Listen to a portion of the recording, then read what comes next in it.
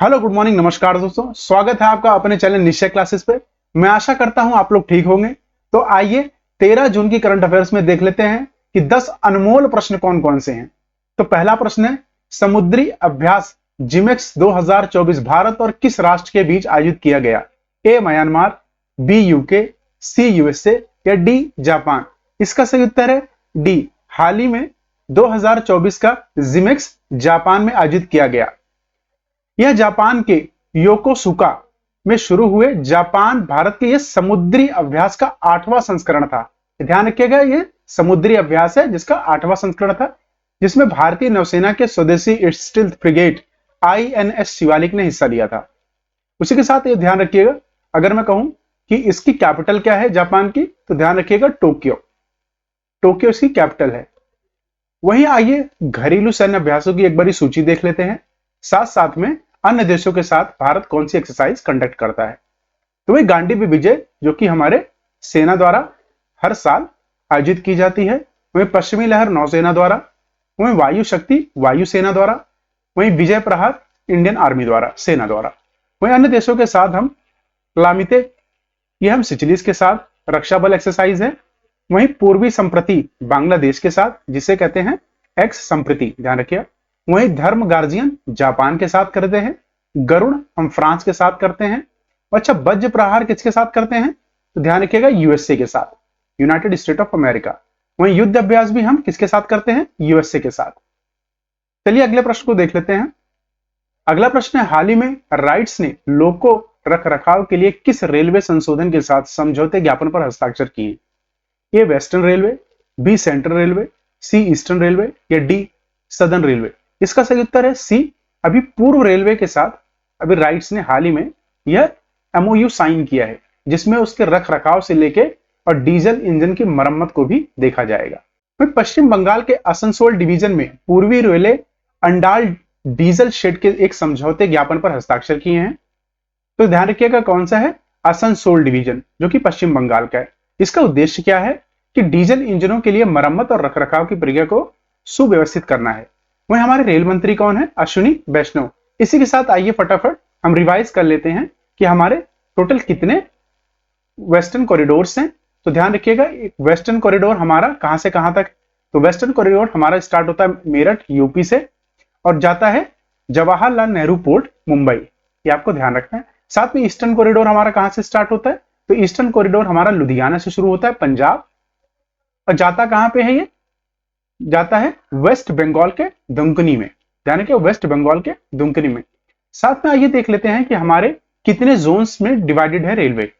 तो railway total 18 divisions में divide हो रखा है, और नॉर्दर्न रेलवे का हेडक्वार्टर है दिल्ली, वही नॉर्थ ईस्टर्न रेलवे का है Gorakhpur, north eastern frontier railway का गुवाहाटी है, और ईस्टर्न रेलवे का कोलकाता है, और साउथ सेंट्रल रेलवे का सिकंदराबाद है, सदर्न रेलवे का चेन्नई है।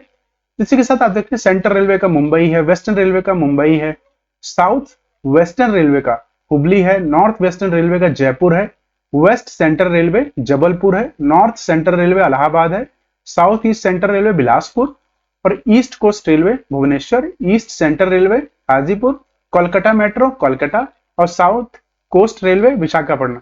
वहीं कोंकण रेलवे कहाँ है? कोंकण रेलवे का हेडक्वार्टर कहाँ है? कमेंट कीजिए कोंकण रेलवे का, यह आपको कमेंट में बताना। एक क्वेश्चन मैंने इसलिए छोड़ा हुआ था।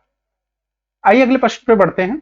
अगला प्रश्न है, पोर्टलैंड ट्रैक फेस्टिवल में पुरुषों की 500 मीटर दौड़ में रजत पदक किसने जीता है? तो ए द्युति चंद, बी अविनाश अबले, सी मान सिंह या डी गुलबीर सिंह। इसका सही उत्तर है डी, अभी हाल ही में गुलबीर सिंह ने यह पदक अपने नाम किया है। वहीं अगर हम देखें तो गुलबीर सिंह का रिकॉर्ड कितना रहा? ये 13 मिनट 18.9 सेकंड में इन्होंने इसे पूरा कर लिया, जो कि एक बहुत अच्छा रिकॉर्ड रहा है। वहीं इसका हुआ कहां पे था ये संस्करण? तो ये पोर्टलैंड यूएसए में हुआ था। ध्यान रखिए, पोर्टलैंड यूएसए का एक शहर है, वहां पे ये संस्करण हुआ था हाल ही में। तो आइए उसी के साथ साथ मोस्ट इंपॉर्टेंट कुछ खेल जगत से जुड़ी खबरों को देख लेते हैं फटाफट। में सुल्तान अजलान शाह ट्रॉफी 2024 जिसको जापान ने जीता था, पाकिस्तान को हराया था। वहीं 36वां ला लीला खिताब किसने जीता था? रियल मैड्रिड ने। वहीं एएफसी अंडर 23 एशिया कप किसने जीता था? जापान ने जीता था, उज्बेकिस्तान को हराया था। वही 2024 का BWF वर्ल्ड जूनियर बैडमिंटनशिप चैंपियन गुवाहाटी जीती थी। थॉमस कप और Uber cup, Thomas cup men के लिए होता है, उबर कप वुमेन के लिए, ये बैडमिंटन कप होता है, ध्यान रखिएगा। चाइना ने जीता था और हराया किसको था? इंडोनेशिया को। वही राष्ट्रीय महिला कैरम खिताब जीता था रश्मि कुमारी ने, ये जो कि 12th संस्करण था, 12वां। पुरुष और महिला राष्ट्रीय खो खो चैंपियनशिप महाराष्ट्र ने जीती थी। वहीं पेरिस ओलंपिक 2024 के उद्घाटन समारोह में हमारे ध्वजवाहक कौन थे? इंडिया की तरफ शरद कमल, जो कि टेबल टेनिस प्लेयर है। वहीं नॉर्थ ईस्ट गेम्स 2024 तीसरा संस्करण कहां हुआ? नागालैंड में। संतोष ट्रॉफी 2023-24 जो कि फुटबॉल में तो कहां? गोवा। संतोष ट्रॉफी जब भी याद, ध्यान रखिए गोवा, कई बार क्वेश्चन आता है किससे रिलेटेड है, तो गोवा इसमें जीता था। वहीं प्रो कबड्डी लीग सीजन 10वां पुनेरी पलटन जीती थी। वहीं खेलो इंडिया गेम्स फर्स्ट एडिशन नई दिल्ली में हुआ था और इसका मस्कट था उज्ज्वला, और इसमें जीता कौन था? हरियाणा। हुआ कहां था ये? ध्यान रखिएगा नई दिल्ली, और जीता कौन था? हरियाणा। वहीं खेलो इंडिया यूथ गेम्स छठा एडिशन कहां हुआ था? तमिलनाडु। इसका शुभंकर क्या था? मस्कट मतलब शुभंकर, तो इसका कौन था? वीर मंगई। वीर मंगई जो ब्रिटिश के टाइम पे पहली महिला थी जिन्होंने ब्रिटिश के खिलाफ आवाज उठाई थी। और जीता कौन था इसमें? महाराष्ट्र, और दूसरे स्थान पर था तमिलनाडु, तीसरे पर था हरियाणा। वहीं अगला है खेलो India winter games, fourth session हुआ था लद्दाख और जम्मू कश्मीर में। उसका मस्कट था स्नो लेपर्ड, जिसका नाम था शिने शी शान। इसमें टॉप किया था आर्मी ने, और दूसरे पोजीशन पर कर्नाटका, तीसरे पर महाराष्ट्र थी। वहीं खेलो इंडिया यूनिवर्सिटी गेम्स की बात करें तो चौथा एडिशन हुआ था आसाम में, ध्यान रखिएगा। इसका मस्कट था अष्टलक्ष्मी, ध्यान रखिएगा शुभंकर इसका अष्टलक्ष्मी था। इसमें जीता कौन था? चंडीगढ़ यूनिवर्सिटी। वहीं फर्स्ट यूथ गेम्स 2024 यूएई में हुआ था, इसको होस्ट यूएई में किया था, और मैं टॉप भी यूएई ने किया था। अगर मैं यूएई की कैपिटल पूछूं तो अबू धाबी है, ध्यान रखिएगा, और यहां की सबसे बड़ी सिटी है दुबई। आइए अगले प्रश्न पे चलते हैं। अगला प्रश्न है बांग्लादेश के नए सेना प्रमुख के रूप में किसे नियुक्त किया गया है? तो बात हो रही है अभी हाल ही में अपॉइंटेड सेना प्रमुख की, जो कि बांग्लादेश के अपॉइंट हुए हैं। A Helen Mary Roberts, B Waker Uz Zaman, या सी मोहम्मद शहाबुद्दीन, या डी शैफुद्दीन अहमद। तो ध्यान रखिए इसका सही उत्तर है बी वाकर उस जमन। इनको भी हाल ही में इस पद पे अपॉइंट किया गया है। लेफ्टिनेंट जनरल वाकर उस जमन को 3 साल के लिए कार्यकाल के लिए बांग्लादेश का अगला सेना प्रमुख नामित किया गया। वहीं बांग्लादेश के प्रधानमंत्री कौन है? शेख हसीना है। राष्ट्रपति कौन है? मोहम्मद शहाबुद्दीन। वहीं इसकी राजधानी है ढाका, और मुद्रा क्या है? बांग्लादेशी टका, जो कि हमारे इंडिया से इनकी करेंसी काफी वीक है, ये आपको ध्यान रखना है। इंडिया सबसे ज्यादा अपनी बाउंड्री अगर शेयर करता है तो ध्यान रखिए किससे? बांग्लादेश से करता है। वहीं अगला प्रश्न देखते हैं। अगला प्रश्न संयुक्त राष्ट्र द्वारा किस वर्ष को अंतरराष्ट्रीय क्वांटम वर्ष और प्रौद्योगिकी के रूप में घोषित किया गया है? ए 2023, बी 2024, सी 2025, या डी 2026। तो ध्यान रखिएगा 2025 को यूनाइटेड नेशन द्वारा 2025 को यूनाइटेड नेशन द्वारा international year of quantum declare किया गया है। अच्छा, क्वांटम क्या होता है? क्वांटम एक तरह की कंप्यूटर तकनीक है जिसमें जैसे नॉर्मली कंप्यूटर कैसे काम करते हैं 1 2 3, लेकिन क्वांटम क्यूबिट्स पे काम करते हैं। मतलब ये 1 जब 1 होता है उसके बाद 2 भी हो सकता है, और 2 की जगह 4 भी हो सकता है। आप इसको आसान भाषा में ऐसे समझिए क्यूबिट्स कैसे काम करता है।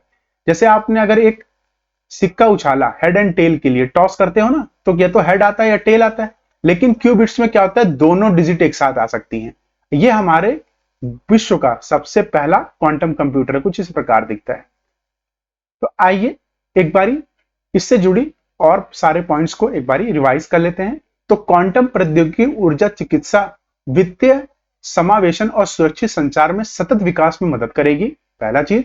वहीं दूसरा है दुनिया का पहला क्वांटम कंप्यूटर 1998 इसहाक चुआंग, नील गेर्शफेल्ड और मार्क क्यूबिन द्वारा बनाया गया था, संयुक्त राज्य अमेरिका में, ये आपको ध्यान रखना है। वहीं दुनिया का सबसे तेज कंप्यूटर फ्रंटियर है यूएसए का पहले नंबर पे, फुगाकू जापान का दूसरे नंबर पे। शीर्ष 10 में से 5 अमेरिका में हैं विश्व के तेज कंप्यूटर्स। चीन के पास 2 हैं, जापान के पास 2 हैं, फिनलैंड और फ्रांस के पास 1-1 हैं। वहीं ऐरावत और परम सिद्धि वर्तमान में भारत के सबसे तेज सुपर कंप्यूटर हैं। यह प्रश्न आया हुआ है कि परम सिद्धि किसका सुपर कंप्यूटर? तो ध्यान रखिएगा ये इंडिया का है। वही अगला प्रश्न देख लेते हैं। अगला प्रश्न 2025 का hockey federation of India hockey पुरुष जूनियर विश्व कप की मेजबानी कौन करेगा? 2025 एफआईएच की बात हो रही है हॉकी पुरुष जूनियर की, तो कौन करेगा? A UAE, B India, C Japan या डी पाकिस्तान? तो इसका सही उत्तर है बी, इंडिया करेगा और ये 2024 के अंत में होगा, लेकिन अभी प्लेस डिसाइड नहीं है। जैसी प्लेस आएगी हम आपको अपडेट कर देंगे टेलीग्राम के माध्यम से। जो लोग चैनल को पूरा देख रहे हैं उन लोगों का धन्यवाद। तो कृपया करके टेलीग्राम जरूर ज्वाइन कर लीजिए, पीडीएफ आपको उस पर मिल जाएगी। इसके साथ इसका देख लेते हैं। अंतरराष्ट्रीय हॉकी महासंघ ने 2024 में होने वाले जूनियर विश्व कप के लिए भारत को मेजबानी के रूप में नामित किया है। वहीं मलेशिया में 2023 का संस्करण हुआ था जिसमें जर्मनी इसको जीता था। वहीं एफआईएच के अध्यक्ष कौन है? तो तैयब इकराम है इसके। वहीं दिलीप टिकरी हॉकी इंडिया के अध्यक्ष हैं। हॉकी टीम इंडिया के कप्तान कौन है? मनप्रीत सिंह। भारत की टीम ने टोक्यो ओलंपिक्स 2020 में कांस्य पदक जीता था। ये पॉइंट बहुत ही इंपॉर्टेंट है। It's a very important point for the exam point of view, ये ध्यान रखिएगा। मैं अगला प्रश्न देख लेते हैं। बाल श्रम के खिलाफ विश्व दिवस कब मनाया जाता है? तो बात हो रही है बाल श्रम, चाइल्ड लेबर की। ए 5 जून, बी 14 जून, सी 12 जून या डी 11 जून? तो ध्यान रखिए 12 जून को हर साल यह मनाया जाता है बाल श्रम के खिलाफ। तो वही बाल श्रम के खिलाफ विश्व दिवस 2024 का थीम क्या है? आइए हमारी प्रतिबद्धताओं पर कार्य करें और बाल श्रम समाप्त करते हैं। इसकी स्थापना 2002 में अंतरराष्ट्रीय श्रम संगठन आईएलओ द्वारा की गई थी, यह भी आपको ध्यान रखना है। साथ में आइए जून के सारे इंपॉर्टेंट एक बारी डेज रिवाइज कर लेते हैं। तो जून को, पहले जून को हम मनाते हैं वर्ल्ड मिल्क डे, आपको ध्यान रखना है। वहीं 3 जून को हम मनाते हैं वर्ल्ड बाइसिकल डे, ध्यान रखना है। 4 जून को हम मनाते हैं international day of innocent children.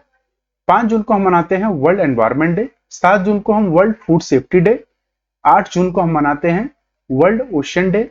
17 जून को हम मनाते हैं world day to combat desertification and drought. 19 जून को हम मनाते हैं वर्ल्ड सिकल डे। 20 जून को हम वर्ल्ड रिफ्यूजी डे मनाते हैं। 21 जून को हम इंटरनेशनल योगा डे। 29 जून को हम इंटरनेशनल स्टैटिक डे। और वहीं तीसरे संडे, जून का तीसरा जो संडे आता है उसमें हम अंतरराष्ट्रीय पिता दिवस मनाते हैं। आइए अगले प्रश्न पे चलते हैं। भाई अगला प्रश्न है, हाल ही में किसे फिक्की के नए महानिदेशक के रूप में नियुक्त किया गया है? ए ज्योति विज, बी वीवीआर सुब्रमण्यम, सी अनीश शाह या डी गिरीश चंद्र मुर्मू? इसका सही उत्तर ए, हाल ही में ज्योति विज को इस पद पे नियुक्त किया गया है। वहीं वीवीआर सुब्रमण्यम की बात करें तो ये नीति आयोग के सीईओ हैं, ये नीति आयोग के सीईओ हैं अभी प्रेजेंटली। और वहीं गिरीश चंद्र मुर्मू की बात करें तो ये कंट्रोलर एंड ऑडिटर जनरल हैं, सीएजी हैं, under article 148 of the Indian constitution. ध्यान रखिएगा आर्टिकल 148 के अंतर्गत कंट्रोलर एंड ऑडिटर जनरल बनाए जाते हैं, जिनको 6 साल या 65 साल की आयु के लिए इस पद पे बने रह सकते हैं। वही federation of Indian chambers of commerce industry एक गैर सरकारी व्यापार संगठन है जिसमें तकरीबन 2500 के आसपास कंपनियां हैं। वहीं इसका गठन 1927 में हुआ था, मुख्यालय इसका नई दिल्ली में। यह फिक्की का लोगो है। आइए अगला प्रश्न देखते हैं। अगला प्रश्न है, ऑनलाइन भुगतान धोखाधड़ी से निपटने और वित्तीय संचालन को कारगर बनाने के लिए आरबीआई द्वारा गठित समिति का प्रमुख कौन होगा? A Shaktikanta Das, B AP Hota, C R Venkataramani या डी एमसी स्तेलवाद? इसका सही उत्तर है बी, हाल ही में एपी होटा को इस पद पे नियुक्त किया गया है। तो मतलब जो भी धोखाधड़ी हो रही है हमारे देश में, ठीक है, बैंकिंग द्वारा, फोन द्वारा, आप देख रहे हो इंटरनेट का लिंक भेज के, उसकी अध्यक्षता ये करेंगे उसकी रोकथाम के लिए। वही शक्तिकांत दास आरबीआई के गवर्नर हैं, ये आपको ध्यान देना है, ठीक है, आरबीआई के गवर्नर हैं। और आर वेंकटरमणी हाल ही में हमारे अटॉर्नी जनरल ऑफ इंडिया हैं। आर्टिकल 76 एक संवैधानिक पद है, ध्यान रखिएगा। और ये केंद्र में, पूरे हमारे केंद्र में जिसे कहते हैं सबसे बड़ा लॉ ऑफिसर होता है, ध्यान रखिएगा। एजीआई सबसे बड़ा लॉ ऑफिसर होता है। इनको इस पद पे 6 साल या 65 साल की उम्र तक बने रह सकते हैं। एमसी स्टेलवार्ट की बात करें तो ये पहले first attorney general of India थे। वहीं इसके बारे में देख लेते हैं। एपी होटा जो कि national payment corporation of India के एमडी और सीईओ भी रह चुके हैं, जिसकी स्थापना कब हुई थी? एनपीसीआई की बात करें तो 2008 में आरबीआई द्वारा। हाल ही में वित्तीय धोखाधड़ी 70% बढ़ गई है, जो कि अब पहुंच गई 2604 करोड़ रुपए के आसपास, जो कि एक बहुत बड़ा संकट है वित्तीय। वहीं आरबीआई की स्थापना कब हुई थी? तो आरबीआई की स्थापना हुई थी 1935 में। इसका मुख्यालय मुंबई में है। हमारा विदेशी भंडार इस टाइम कितना है? 651.5 अरब डॉलर। ध्यान रखिएगा। आइए अगले प्रश्न पे चलते हैं। अगला प्रश्न है, विश्व बैंक के अनुसार वित्तीय वर्ष 2025 में भारत की विकास दर क्या होगी? ए 6%, बी 6.5%, सी 7% या डी 8%। इसका सही उत्तर है बी 6.5% से 2024 और 2025 मतलब 2024-25 में इंडिया की ग्रोथ रेट होगी। ध्यान रखिएगा। वहीं आइए वर्ल्ड बैंक के बारे में देख लेते हैं कि विश्व बैंक की स्थापना 1944 में हुई थी। इसका मुख्यालय वाशिंगटन डीसी यूएसए में है। इसके अध्यक्ष इस समय अजय वांगा जी हैं, जो कि इंडियन बॉर्न है, ये आपको ध्यान रखना है। इसी के साथ यह संस्करण पूरा हुआ। आप सभी का तहे दिल से शुक्रिया जिन्होंने पूरा वीडियो देखा, और कृपया करके वीडियो को अपने स्टडी ग्रुप में जरूर शेयर करिएगा, because sharing is the best way of caring. आप अपने दोस्तों की भी केयर करिए, ताकि देखिए जब भी आप वीडियो को शेयर करते हैं ना, तो हमें एक मोटिवेशन मिलती है कि कल फिर वीडियो बनाएंगे। तो मोटिवेशन हमारे लिए यही है कि आप बस वीडियो को शेयर करिए, जिससे ताकि काफी लोगों तक वीडियो पहुंचे। चलिए तब तक के लिए आप अपना ख्याल रखिए। कल फिर मिलते हैं। धन्यवाद।